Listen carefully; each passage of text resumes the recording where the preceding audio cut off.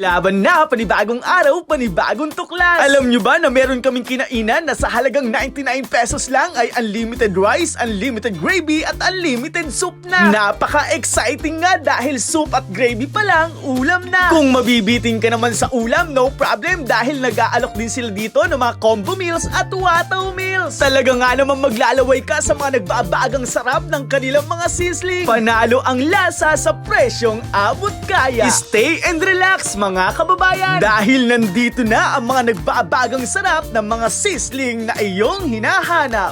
Welcome to Kabaga Sizzling House! Laban na! Yun, maligayang pagdating sa Kabaga Sizzling House. Ito nga ay inyong matatagpuan tapat na tapat lang ng Petron at malapit sa Jollibee dito sa barangay ng Diversyon, bayan ng San Leonardo. Shoutout nga po pala sa masasayahing mamamayan ng bayan ng San Leonardo. Laban na! What's up mga kanoboysiano? Nandito nga kami ngayon sa barangay Diversyon, bayan ng San Leonardo, lalawigan ng Nueva Ecija. Dahil sa wakas, nagbukas na ang Kabaga Sizzling House na sa halagang 99 pesos lang, only rice, only gravy at only soup pa. Kaya naman, ano pa hinihintay natin? Tikman na natin to, let's go! Laban na!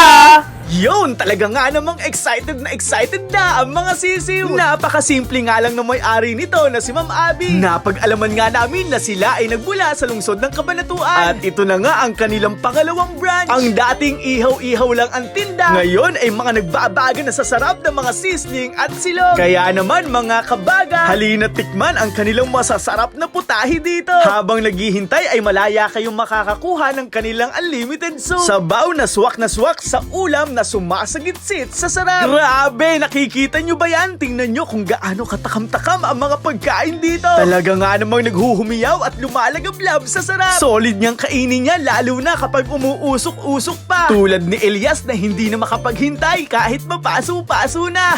Eto nga si Racist na hinihipan pa bago kainin. Nanggigigil nga daw kasi siya dahil itsura pa lang masarap na. Mga kababayan, kung gusto nyo nga ng dalawa ulam, meron sila dito mga combo meals.